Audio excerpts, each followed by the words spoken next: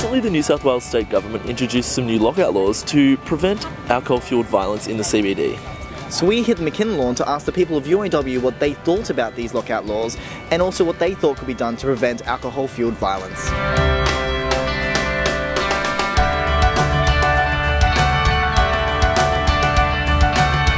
It's a hard issue to resolve, even for the government. It's a cultural problem, and it's a cultural problem in relation to how we perceive drink and how we perceive that we should act while we're drinking. Probably through educating people. Education's got to be the first thing. Focus on educating people that it's not a good idea to go out and hurt people. I think there needs to be a real education going back to the family home. I think it should start at a young age for sure, because people already get patterns set in from a young age. Just like how we've been able to educate people, I guess, on racism, how that's been slowly made unacceptable in society.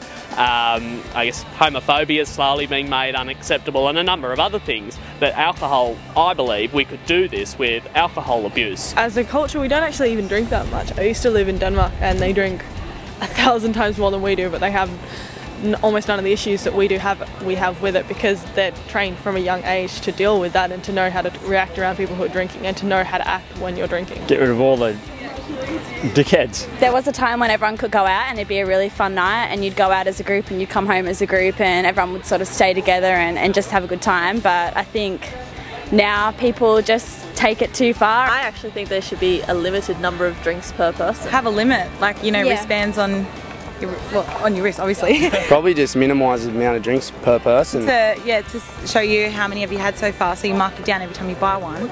And then there's always a limit, so once you reach that limit then you can't have any more. Alcohol-fueled violence is probably because people pre-drink so much before they go out. The actual amount you drink in a club is not much. Making drinks cheaper so people don't feel the need to pre-drink, and then, maybe they wouldn't go outside the club at 3 AM and start fights with people. I do agree with an increased police presence on what we call high volume nights. Yeah, I would say especially on the street, more police around. Maybe more bouncers outside a club. Also, I think that the new rules having, lockout. I don't think the club lockouts are going to do too much. I think they'll reduce it just by proximity, but I don't think it will help the overall problem. To end the violence, I don't really think so. I'm pretty sure they trialled it down in Victoria.